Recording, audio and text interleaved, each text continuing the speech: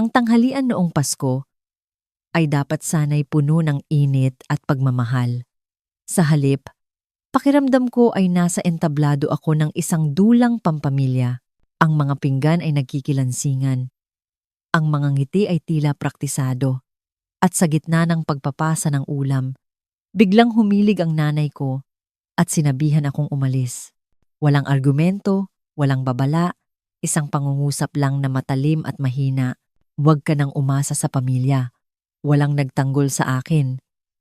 Ipinagpatuloy lang nila ang pagkain ng lechon at kare-kare. Hindi ako umiyak. Hindi ako nakipagtalo. Inubos ko ang tubig ko, tumayo at ngumiti. Dahil habang iniisip nilang pinuputol nila ang ugnayan sa akin, ako naman ay may napagtatanto na hindi nila nakikita. At sa naging desisyon ko pagkatapos noon, kung titingnan mula sa labas, ang buhay ko ay hindi magulo. Walang palaging drama, walang mga iskandalosong tawag sa telepono sa publiko. Dumadating ako, ginagawa ko ang trabaho ko, binabayaran ko ang sarili kong mga gastusin, at tuloy lang ang buhay. Ako yung taong sandalan ng iba kapag may guguho na, hindi dahil maingay ako o bossy, kundi dahil hindi ako natataranta kapag nandyan na ang pressure. Ang katangiang iyon ay hindi basta na lang lumitaw noong tumanda ako. Sinasadya itong ituro sa akin. Sa pamilya namin, ako palagi ang taga-ayos. Kapag may mali, ako ang nag-a-adjust. Kapag may kailangang ayusin, inaayos ko. Hindi gamit ang malaking anunsyo, kundi tahimik lang, para walang makaramdam ng hiya o umamin na hindi na nila kaya. Natutunan ko ng maaga na ang pagiging maaasahan ay nangangahulugan ng mas kaunting atensyon pero mas maraming responsibilidad. Ang nanay ko ay nabubuhay sa kontrol, hindi sa gulo.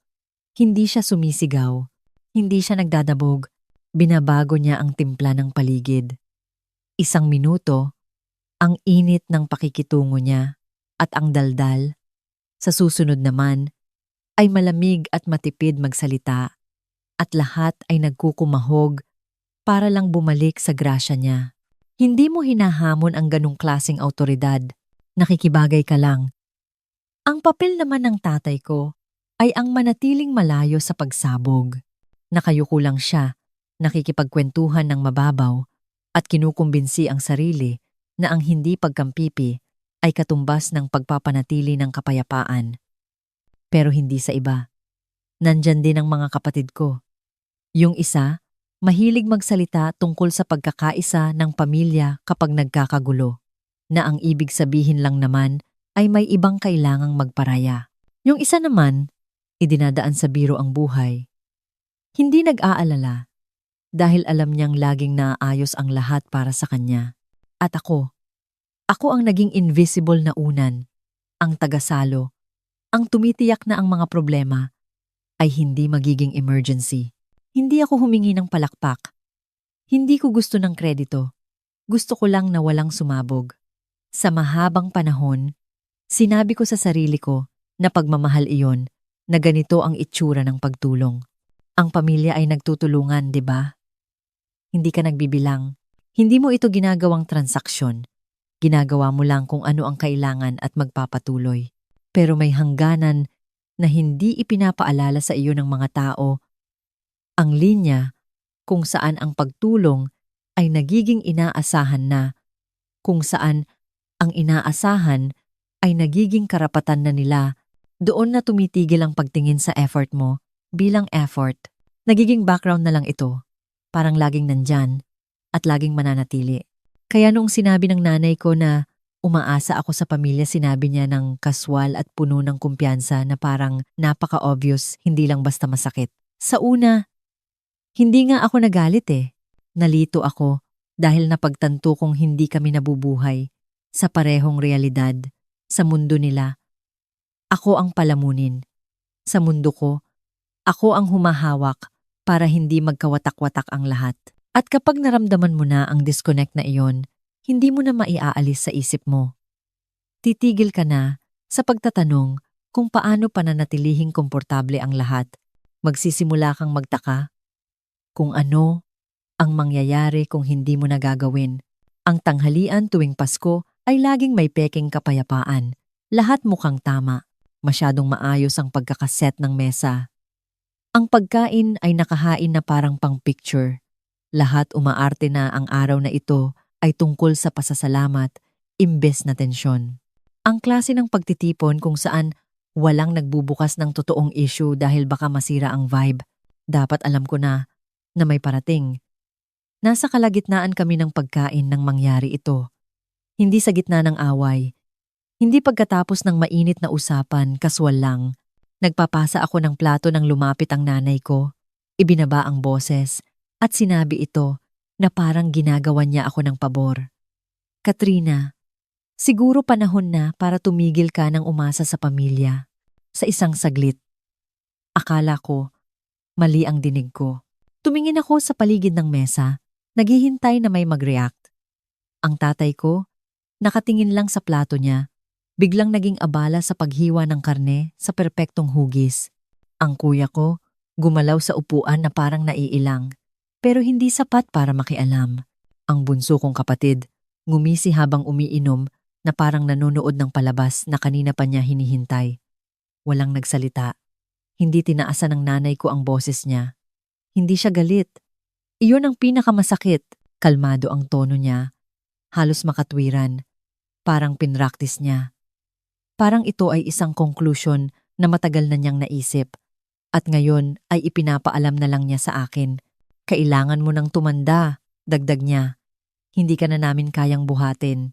Buhatin ako?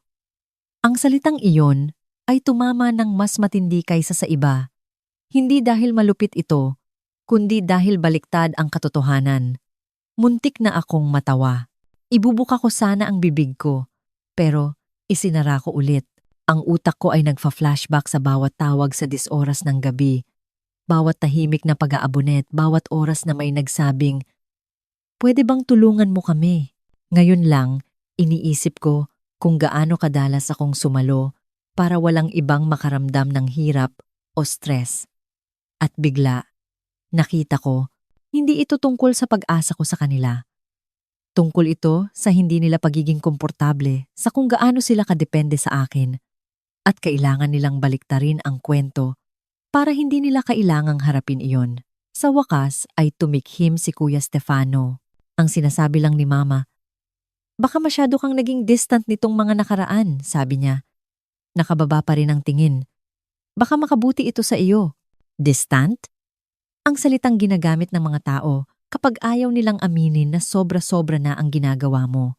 Tapos sumabat si Baste ng pabiro. "Oo nga, kung nahihirapan ka, sabihin mo lang, walang magje-judge sa'yo." Galing sa mga taong hindi man lang nagtanong kung okay lang ako basta gumagana ang lahat. Malamig, matalim, hindi maipagkakaila. Hindi ito hindi pagkakaunawaan, ito ay pagsang-ayon.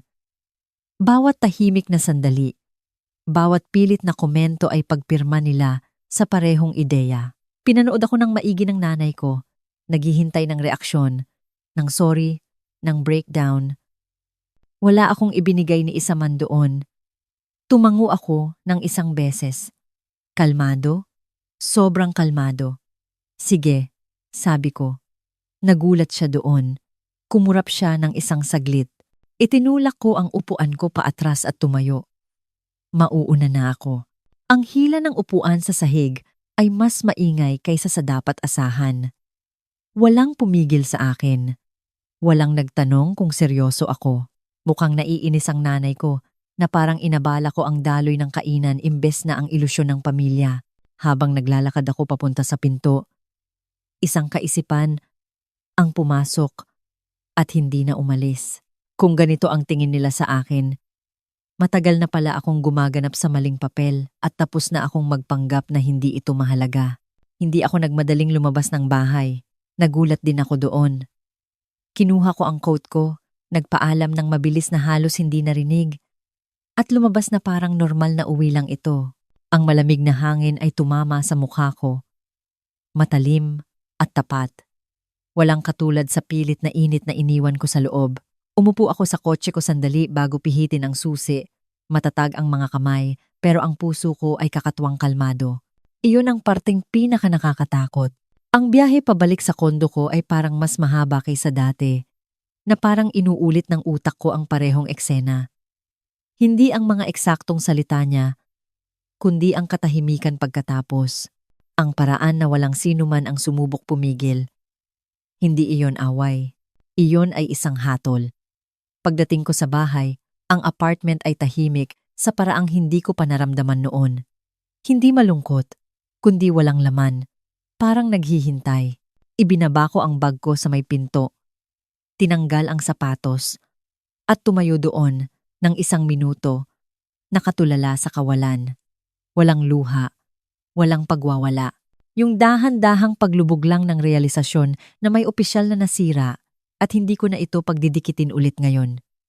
Pumasok ako sa kwarto at naglabas ng maleta. Hindi dahil maglalayas ako, hindi ako nag-iimpake para mawala. Nag-iimpake ako para gumuhit ng linya. Ang pagtutupi ng damit ay nakakakalma. Simple, kontrolado. Bawat damit ay maayos na inilagay. Parang pinapatunayan ko sa sarili ko na may say pa rin ako kung paano uusad ang mga bagay.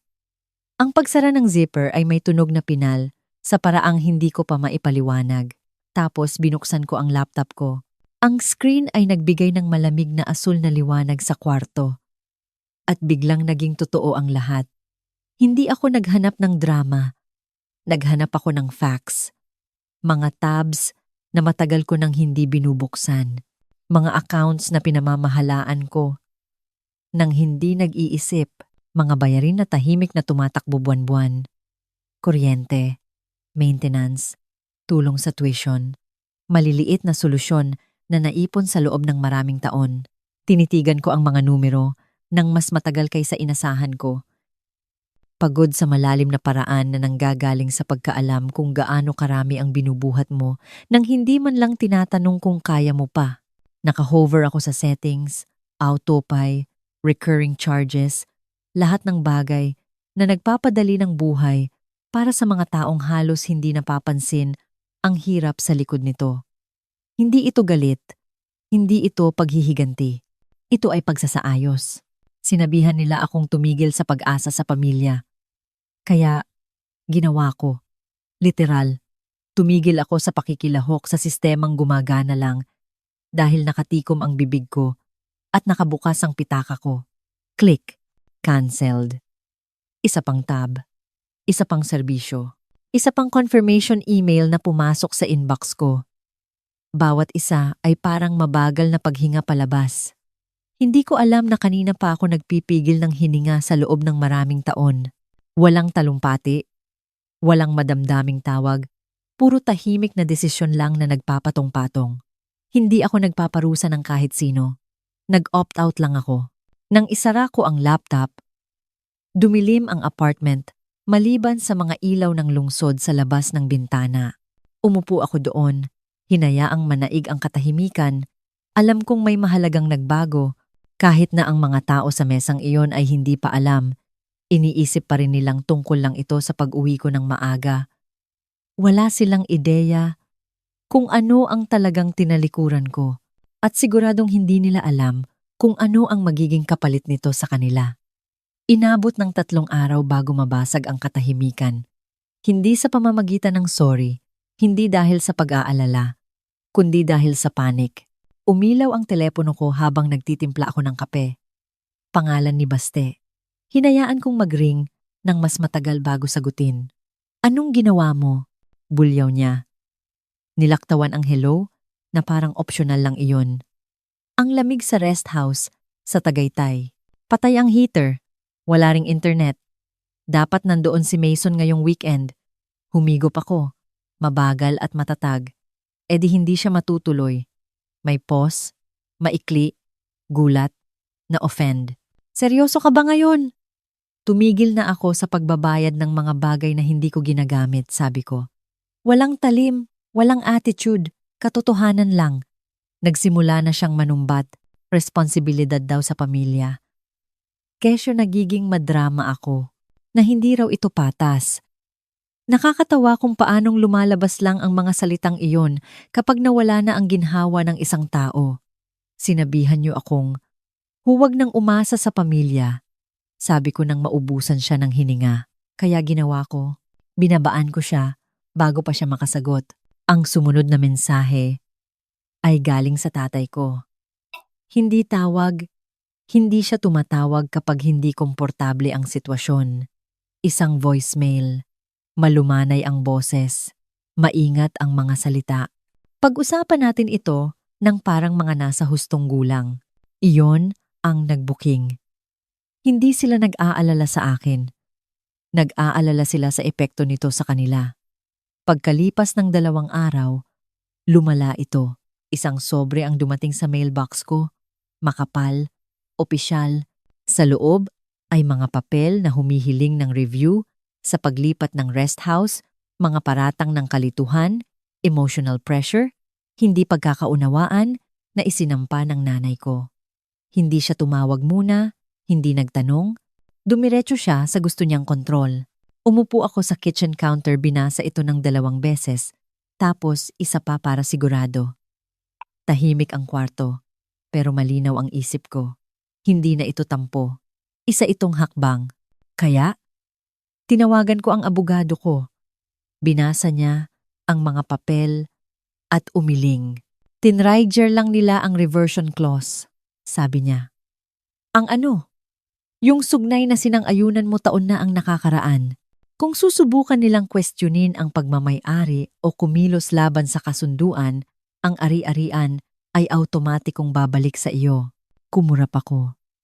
So, sa akin? Na ulit ang rest house? Oo, effective immediately. Walang away, walang kaso sa korte, walang drama, malinis na konsekwensya lang. Nagmungkahi ako ng meeting, neutral ground, pampublikong lugar para manatiling maayos ang lahat. Pinili namin ang isang diner malapit sa dati naming tinitirhan.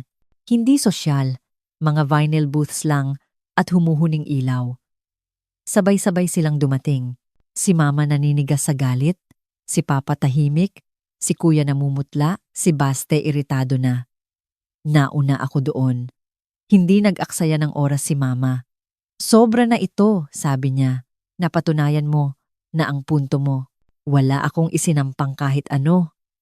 Kalmado kong sagot. Meron. Asik niya. Binulagan mo kami.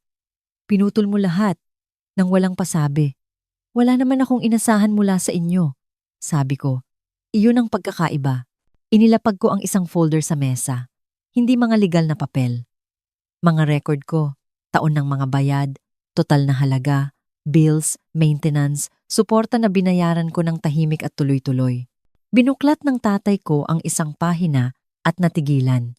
Binayaran mo lahat ng ito? Oo. Bumaba ang boses ni Kuya. Para sa lahat?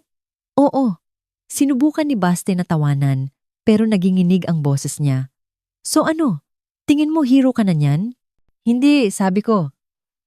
Tapos na ako. Pagkatapos ay ipinatong ko ang transfer agreement sa ibabaw. Naka-highlight ang reversion clause. Sa sandaling kinwestiyon niyo ito, patuloy ko. Bumalik sa akin ang lahat ng automatic. Tinitigan ng nanay ko ang pahina at pagkatapos ay nawalan ng emosyon ang mukha niya. Hindi galit, hindi malungkot, walang laman. Parang may humila ng sahig mula sa kinatatayuan niya at hindi pa niya alam kung paano magre-react. Sa unang pagkakataon, wala siyang masabi. Ang katahimikang iyon ang totoong anunsyo. Tumayo ako at inayos ang coat ko. Sinabihan niyo akong tumigil sa pag-asa sa pamilya. Sabi ko nang mahina. Kaya ngayon, kailangan niyo nang umasa sa mga sarili niyo. Walang sumunod sa akin palabas. At sa unang pagkakataon, hindi ako lumingon. Ang resulta ay hindi sumabog gaya ng inaasahan ng iba. Walang madudulang komprontasyon, walang pagwawala sa publiko, kundi isang mabagal at hindi komportableng pag-a-adjust na naramdaman nang mapagtanto ng lahat na hindi ito bluff. Nang walang tahimik na suportang tumatakbo sa background, nagsimulang bumigat ang mga bagay para sa kanila. Hindi sa kuna, kundi realidad. Ang mga bills ay hindi basta naglalaho. Ang mga plano ay kailangan ng totoong koordinasyon.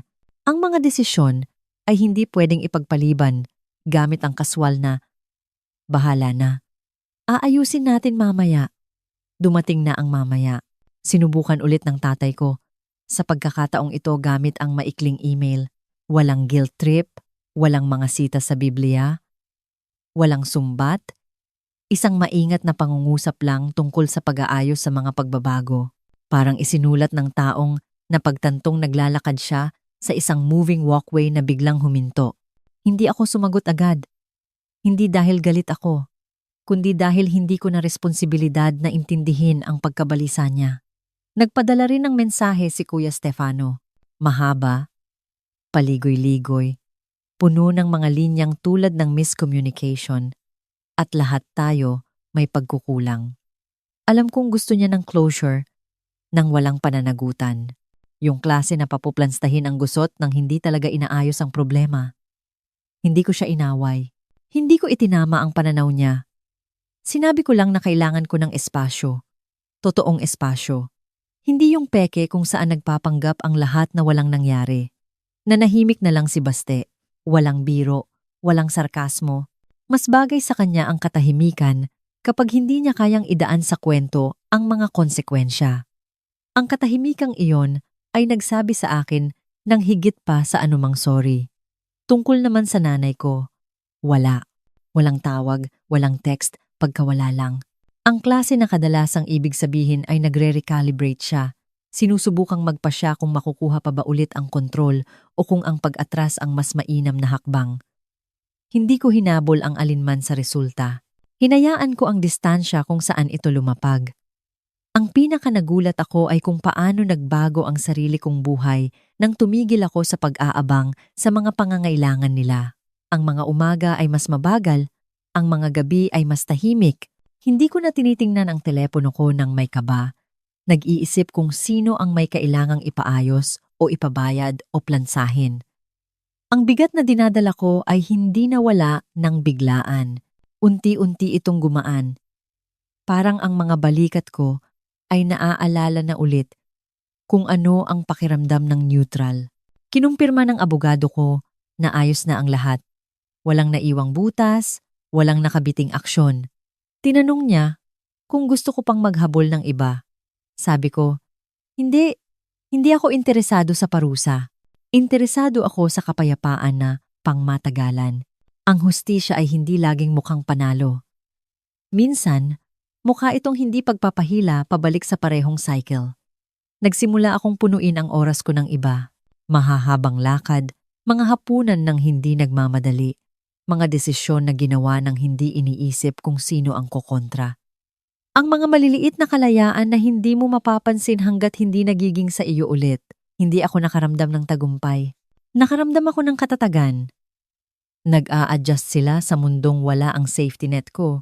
At sa wakas, ay natututunan ko na kung ano ang pakiramdam na tumayo sa sarili kong lupa nang hindi humihingi ng tawad, nang hindi nagpapaliwanag, at nang hindi buhat-buhat ang sinumang ayaw bumangon sa sarili nila. Kung aatras ka at titingnan talaga ang ginawa ni Katrina, hindi ito kwento ng pagtatakwil sa mga tao. Kwento ito ng tuluyang pagkakita sa katotohanan, ng malinaw at pagpili na huwag nang magbulag-bulagan. Hindi siya nagtaas ng boses. Hindi siya nagdemand ng tawad. Hindi niya sinubukang suyuin ang pamilya. Sa halip, ginawa niya ang isang bagay na mas mahirap. Tumigil siya sa pagganap sa papel na isinulat ng iba para sa kanya. Ang maaasahan, ang taga-ayos, ang tahimik na reserba na walang nagpasalamat, at sa sandaling lumabas siya sa papel na iyon, gumuho ang ilusyon. Ang makapangyarihan dito ay walang ilegal na nangyari, walang kalupitan, walang pamamahiya sa publiko, snorts, kundi mga hangganan na ipinatupad ng kalmado at mga konsekwensya na mas maingay pa kaysa sa anumang sigawan. Snorts. Hindi sinira ang pamilya. Nabuking lang sila. Ang ganitong klaseng pagtatapos ay tumatagos sa puso ng marami dahil marami sa atin ang nakakaalam kung ano ang pakiramdam ng magbigay. Tapos, sasabihan lang na tayo pa ang problema. Kaya, tatanungin kita nito. Kung napagtanto mong ang mga taong pinakamalapit sa iyo ay pinapahalagahan lang ang naibibigay mo, patuloy ka pa bang magbibigay o pipiliin mo na sa wakas ang sarili mo? Minsan ang paglago ay hindi mukhang madrama. Minsan, mukha itong pagtalikod ng walang guilt. Kung napaisip ka sa kwentong ito, mag-iwan ng komento sa ibaba at ipaalam sa amin ang pananaw mo. At kung gusto mo pa ng mga kwentong pampamilya na may saysay, huwag kalimutang mag-subscribe